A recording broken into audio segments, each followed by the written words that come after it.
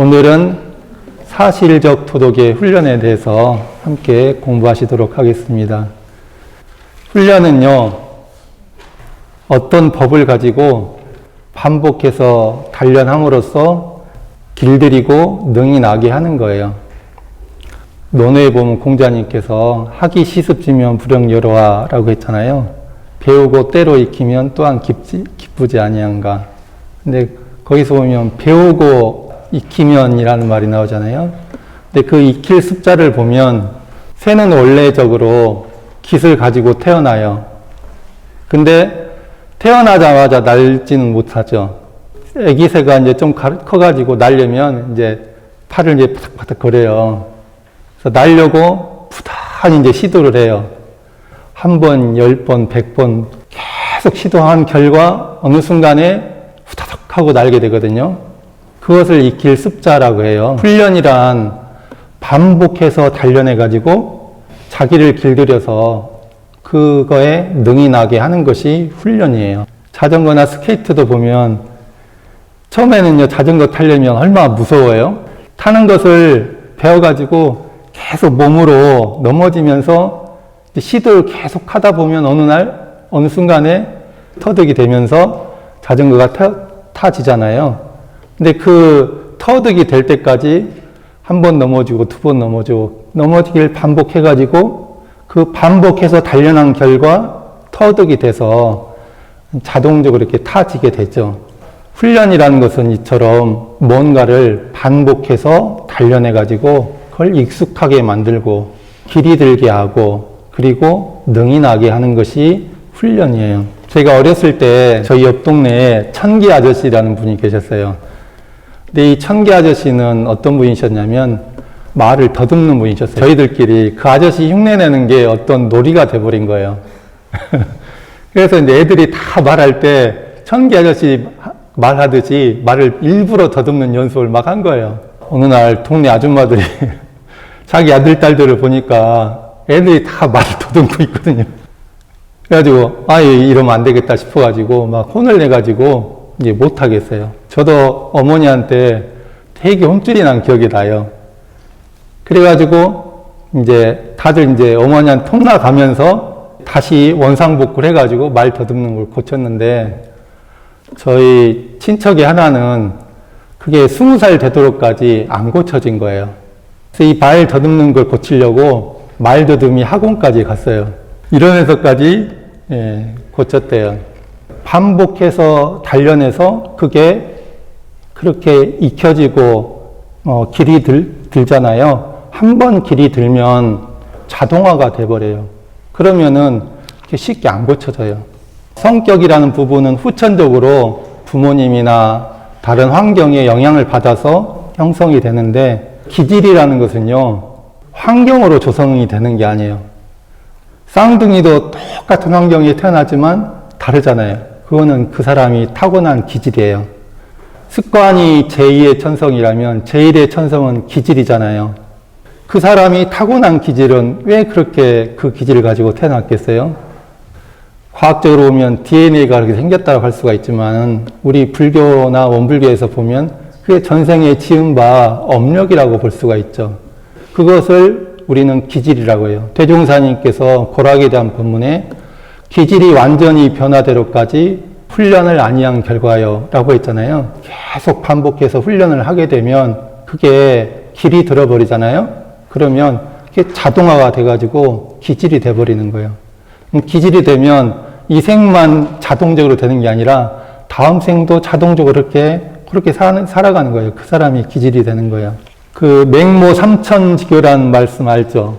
맹자 엄마가 이사를 3번 하면서 가르쳤다고 해서 맹모 삼천지교라고 하는데, 맹자 엄마와 맹자는 처음에 그 공동묘지 있죠?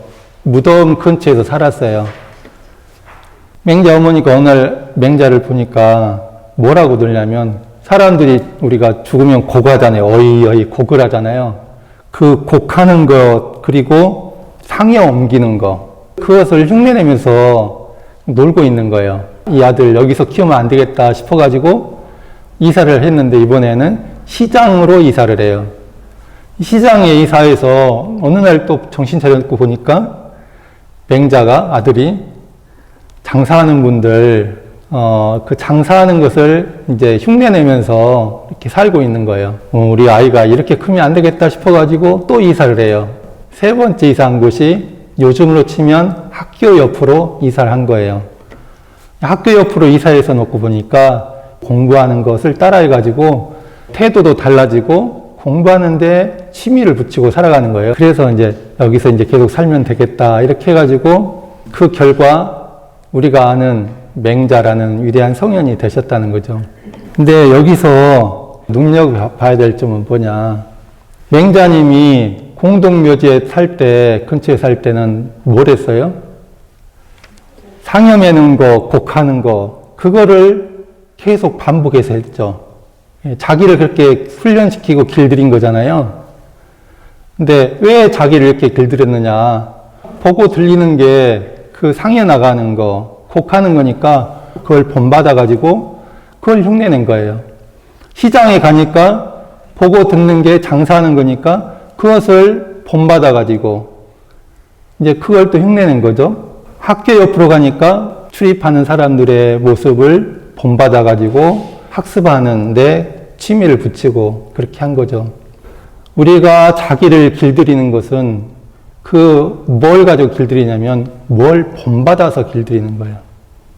사람은 누구나 우연자연히 무언가를 본받아서 자기를 길들이는데 우리가 누구를 본받아서 그 모습대로 나를 길들여야 이생도 행복하고 영생의 행복을 얻을 수가 있을까요? 대종사님께서 그냥 훈련해라 안 하시고 사실적 도덕의 훈련을 해라고 했잖아요. 우리가 본받아야 될 것은 무엇이냐? 도덕을 본받아야 된다는 거죠. 훈련을 하더라도 도덕의 훈련, 도덕을 본받아서 도덕으로 나를 길들이는 훈련을 해야지 그러질 않고 그냥 인연 닿는 대로 나를 길들이잖아요. 그러면 인연 닿는 대로 내가 삶이 사라진다는 거예요. 근데 대체로 사람은 자기 인연 닿는 대로 자기가 길들여지고 그렇게 살다가 죽는 거예요. 그리고 다음 생에 또 그렇게 또 반복을 하는 거거든요. 근데 우리가 정말 진급이 되고 은혜를 입으려면 그냥 주어진 환경대로 내가 본받고 나를 길들일 것이 아니라 우리가 영생 행복을 가져다 줄 수 있는 도덕, 그 도덕을 본받아서 그 도덕으로 나를 길들일 때 이생의 행복, 영생의 행복, 참다운 행복을 누릴 수가 있다는 것입니다. 도와 덕이라는 건 무엇인가? 대종사님께서 인도품 1장에서 3장까지 아주 쉽게 누구나 알기 쉽게 설명을 해주셨는데 그 1장에서 뭐라고 하셨냐? 도란 곧 길이다. 도는 다른 게 아니라 길이다. 길이란 무엇이냐? 무엇이든지 떳떳이 행하는 것이다. 도는 길인데 무엇이나 떳떳이 행하는 것이다. 그리고 당연한 길이다. 근데 하늘이 떳떳이 행하는 것을 하늘의 도라고 하고 땅이 떳떳이 행하는 것을 땅의 도라고 하고 사람이 떳떳이 행하는 것을 사람의 도예요. 사람의 도에도요. 좀 더 세밀하게 말하면 부모와 자녀 사이에 행할 바 도가 있어요. 떳떳한 도가 있어요. 부부 사이에서도 부부 사이에 행할 떳떳한 도가 있어요. 그러면 덕은 뭐냐? 도를 행한 결과 행하면 은혜가 나타나는데 도를 행한 결과 나타나는 은혜를 덕이라고 그래요. 그래서 부모 자녀 사이에 부모가 자녀에게 행해야 될 떳떳한 그 길을 하잖아요. 그 부모의 덕인 은혜가 나타난다는 거예요. 우리는 공적 영지를 가지고 있잖아요. 마땅히 어떻게 해야 될지 알아요. 부모가 되면 자녀에게 어떻게 해야 될지 그 마땅한 길이 있는데 그걸 사람은 마땅한 그 길을 아는 거예요. 근데 사람만 그러느냐? 저 미물 곤충까지도요. 부모가 자식에게 대하는 걸 보잖아요. 그 마땅히 할 것을 그 미물들도 다 해요. 그 결과 그 부모의 은혜가 나타나서 자녀들이 태어나고 잘 성장하고 또 생명을 이어가고 그렇게 된다는 거죠. 거기에다가 사람은 사람으로서 마땅히 해야 될 사람으로서의 길을 또 부모가 마땅히 가르쳐서 한 사람의 인격으로 살아가게 만들죠. 부부 사이에서도요, 사실 우리가 마땅히 행할 길, 떳떳한 길을 우리는 알고 있어요, 사실은. 아는데 그 아는 것을 그대로 잘 행하면 부부 사이에서도 은혜가 나타나고, 또 동포 사이에서도 그 떳떳한 길을 행하면 동포 사이에 은혜가 나타나서 개인과 가정과 사회가 은혜로운 나, 은혜로운 내 삶, 은혜로운 가정, 은혜로운 세상이 된다는 거죠. 그 하늘의 도, 땅의 도, 사람의 도, 이 모든 도에 가장 근본이 되고 가장 큰 도가 되는 게 있어요. 그게 무엇이냐? 뭘까요? 대종사님은 불생불멸의 도와 인가보응의 도라고 그랬어요. 이 불생불멸의 도, 인가보응의 도는 우리 모두의 본래 성품이고 마음법을 통일하고 하늘과 땅과 사람이 모두 여기에 근본했다고 하셨어요. 대종사님께서 4월 28일 날 진리를 대각하셨다고 그랬잖아요. 근데 다른 말로 하면 도를 깨달으신 거잖아요. 그 도가 뭐냐? 사사건건의 도가 아니라 모든 도의 근본되는 가장 큰 도, 대도, 그것이 이론상의 진리잖아요. 그 이론상의 진리인데 이론상의 진리를 형상으로서 보시면 이렇게 생겼고 그걸 말로서 압축해서 말하면 불생불멸의 도, 인가보응의 도인 거죠. 정산종사 법원 무본편 52장에서 이런 말씀을 하셨어요. 성인이 나시기 전에는 도가 천지에 있고 성인이 나신 후에는 도가 성인에게 있고 성인이 가신 후에는 도가 경전에 있다. 이렇게 말씀해 주셨어요. 도는 사실 이 자체에 있는 거잖아요. 이 우주 만물 이 자체에, 이 천지 자체에, 우리 마음 자체에 그냥 있는 건데 그것을 알고 사는 사람이 많이 드물어요. 성인이 깨달음을 얻게 되면 진리가 보이시는 거죠. 그래서 이제 그 성인에게 도가 있다고도 하는 거고요. 또 성인은 자기가 깨달은 도를 그 시대와 인심의 언어에 맞게, 문화에 맞게 가공을 해가지고 사람들이 밟을 수 있는 사람의 도를 밝혀주시거든요. 예수님은 이스라엘에 태어나셔서 그 시대에 그 지역에 맞는 사람의 길을 밝혀주신 것이고, 부처님은 인도 지역에 그 당시에 태어나셔서 그 지역에서 사람들이 그 밟아나갈 길을 밝혀주신 것이고, 공자님은 동아시아에 태어나셔서 그 시대에 맞게, 그 인심에 맞게 사람의 길을 밝혀주셨죠. 그리고 대종사님은 이 시대에 나셔가지고 이 후천 개벽 시대에 그 사람의 길을 밝혀주신 것이 이 경전이고 가르침인 거죠. 그래서 성현이 나시면 도가 성현에게 있고, 이제 성현이 가시면 성현은 가졌지만 그 가르침, 그 말씀, 가르침은 이 말씀 속에, 경전 속에 있기 때문에 도가 경전 속에 있다고 하는 거죠. 우리가 어디 차를 몰고 어딘가를 나서잖아요. 내가 길을 알면 어떻게 하면 돼요? 그냥 가면 돼요. 근데 길을 몰라요. 그럼 어떻게 해야 길을 안 잃고 안심하고 잘 갔다 올 수 있을까요? 내비게이션 키면 돼요. 그래가지고 내비게이션을 잘 모셔놓고 내비게이션이 가라는 대로만 가면 아무 근심 걱정 없이 가는 거죠. 그러니까 도가 이 우주와 천지에 있어요. 그걸 아는 사람은 그대로 가면 살면 돼요. 그런데 모르는 사람은 어떡하냐? 이 인생 내비게이션인 경전, 대종사님 말씀, 성현의 말씀, 그 말씀을 딱 모셔놓고 그 말씀대로 살아가게 되면 우리 인생의 자동차 운전도 안심하고 복된 길로 갈 수가 있죠. 대종사님은 우리 사람이 밟아가야 될 길을 딱 압축해서 표현을 해주셨는데 아까 그게 뭐라고 그랬죠?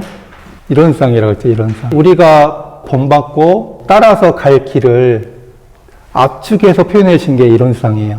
근데 교리도를 보면 제일 머리에 이론상을 모셔놓고 왼쪽과 오른쪽에 문을 하나씩 열어놓으셨어요. 왼쪽의 문은 신앙문이고 오른쪽 문은 수행문이죠. 이게 문자라고 했잖아요. 문이라는 건 어떤 역할을 하는 거죠? 이 집에요, 문이 없으면 들어올 수가 없어요. 나갈 수도 없어요. 근데 문을 하나 딱 달아놓으면 이 공간에 들어오고 나가는 거죠. 이론상의 진리가 있는데, 이론상의 진리에 들어오고 나가게 한 문을 두 개를 내놓으신 거예요. 이 두 문으로 이론상 진리에 들어오고, 이 두 문으로 이론상 진리를 현실에 구현하도록 해주신 거거든요. 근데 한쪽 문은 신학문이고, 한쪽 문은 수행문이에요. 신학문으로도 들어갈 수 있고, 수행문으로도 들어갈 수가 있고, 또 나올 수도 있는 건데, 신학문은 무슨 문이라고 했죠? 인과보응의 신학문. 수행문은 진공묘의 수행문. 진공묘의 수행문은 그 내용이 삼학팔조. 삼학과 팔조가 이 수행의 문을 구성하고 있어요. 신학문은 뭐가 구성하고 있죠? 사은사요가 구성하고 있어요. 삼학팔조를 실행하면 그 문이 열리는 거예요. 그리고 사은사요를 실행하면 신앙의 문이 열리는 거예요. 이렇게 법을 내주신 겁니다. 그래서 이 대종사님께서 우리가 밟아나가야 될 후천 개벽 시대의 길, 도를 이론상으로서 표현해 주시고 그것을 또 실행할 수 있는 길을 수행문, 신학문으로 밝혀서 삼학팔조의 수행문, 사은사요의 신학문을 열어주신 거죠. 이걸 이제 더 확장해서 말로 다 풀어주신 것이 정전 전체의 내용이 됩니다. 사실적 도덕의 훈련에 대해서 함께 공부를 하고 있는데요. 도덕 훈련에 대해서, 도덕에 대해서 이제 말씀을 드렸고, 그러면 이번에는 사실적이니까 사실적이라는 게 무슨 뜻인가? 정전 무시선법에서 대종사님은 이렇게 말씀하셨어요. 근래 선을 닦는 무리가 선을 대단히 어렵게 생각하여 처자가 있어도 못할 것이요 직업을 가져도 못할 것이라 하여 산중에 들어가 조용히 앉아야만 선을 할 수 있다는 주견을 가진 사람이 많나니 이것은 제법이 둘 아닌 대법을 모르는 연고라 이렇게 말씀하시고, 성품 자체가 한갓 공적에만 그친 것이 아니니 만일 무정물과 같은 선을 닦을진데 이것은 성품을 단련하는 성공부가 아니요 무용한 병신을 만드는 일이니라. 정전 대종경의 말씀을 잘 살펴보시면 심한 표현을 거의 안 하셔요. 근데 이 내용에서 보면 무용한 병신이라는 말이 나와요. 아주 혹독한 표현이거든요. 처자와 직업을 떠난다는 건 뭐예요? 생활은 포기하고 하는 수행을 말하는 거잖아요. 그런 수행은 무용한 병신을 만든 일이다. 서품 15장에서는 세상 일을 잘하면 그것이 곧 불법 공부를 잘하는 사람이요 불법 공부를 잘하면 세상 일을 잘하는 사람이 될 것이다. 이렇게 말씀하셨고요. 영육상전법에서는 새 세상의 종교는 수도와 생활이 둘이 아닌 산 종교라야 할 것이니라. 이렇게 말씀해 주셨어요. 새 세상의 종교는 어떤 종교가 되느냐? 수도와 생활이 둘이 아닌 산 종교가 된다. 도덕과 도덕의 훈련이 생활과 분리가 되는 것은 살아있는 도덕이 아니라는 거예요. 살아있는 도덕의 훈련이 아니라는 거예요. 그거는 죽은 거라는 거죠. 그러니까 사실적이라는 건 뭐냐면 지금 여기에 우리 현실 생활과 연결이 되고 현실 생활 속에서 할 수 있는 것이 되고 현실 생활을 더 잘하게 하는 도덕과 훈련이 돼야지 사실적인 도덕의 훈련이 된다는 거죠. 대종사님 법을 보면 뭐든지 그냥 두리뭉실하게 하고 끝나는 게 아니라 디테일이 있어요. 그래서 사실적 도덕의 훈련의 구체적인 내용이 뒤에 수행편에 가면 있거든요. 그게 뭘까요? 훈련법이에요. 정기훈련법, 상시훈련법. 수행품 1장에 보면 대종사님 훈련법을 뭐라고 표현하셨냐면 물샐 틈 없는 수행 방법이라고 하셨어요. 우리 훈련법대로 살잖아요. 하루 종일 이 훈련법으로 살 수 있게 해놓으셨어요. 하루 종일만 아니라 1년 12달을 이 훈련법으로 살 수가 있게 해놓으셨거든요. 옛날에 어떤 교도님이 연불교 오셔가지고 원칙적으로 하라는 대로 자기 훈련하고 사신 거예요. 그렇게 하려다 보니까 언제 놀 틈이 없는 거예요. 아침에 일어나서 저녁에 잘 때까지 하루 종일 공부하게 돼 있어요. 근데 이분은 고지식하게 그대로 하라는 대로 하신 거예요. 그러다 보니까 나중에 뭐라고 하셨냐면 아이고, 원불교가 나중이네. 원불교가 나중이다. 힘들어 죽겠네. 이게 이제 생활 속에서 사실적으로 도덕을 훈련할 수 있게 짜여주신 내용이라는 반증인 거죠. 사람은요, 누구나 괴로운 고는 싫어하고 즐거운 낙은 좋아해요. 이 중에서요, 나는 평생 괴롭게 살 거야 라고 하시는 분 안 계시죠? 그러니까 누구나 괴로운 고는 싫어하고 즐거운 낙은 좋아해요. 대종사님이 즐거운 낙으로 살아갈 길을 밝혀주셨는데 그 즐거운 낙으로 살아갈 길이 뭐라고 하셨죠? 진리적 종교의 신앙과 사실적 도덕의 훈련. 이 두 가지 길이 우리가 즐거운 낙으로 살아갈 길인 거예요. 그런데요, 나 혼자만 잘하면 될까요? 아닐까요? 이 길은 나 혼자만 잘해서는 어려워요. 우리가 함께 잘해야 돼요. 공부도요, 부부간에 나만 마음 공부하고 남편은 공부 안 하잖아요. 그게 좋을까요? 아니면 남편하고 나하고 다 같이 공부하는 게 좋을까요? 당연히 같이 공부하는 게 좋겠죠.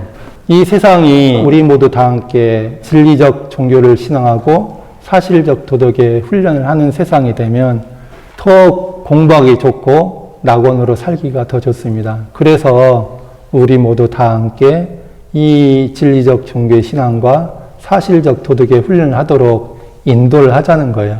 우리 모두 다 함께 진리적 종교의 신앙과 사실적 도덕의 훈련으로 정신의 세력을 키워서 물질을 선용하는 참 낙원 세상을 살기를 염원하면서 이상으로 설교 말씀 마치겠습니다. 감사합니다.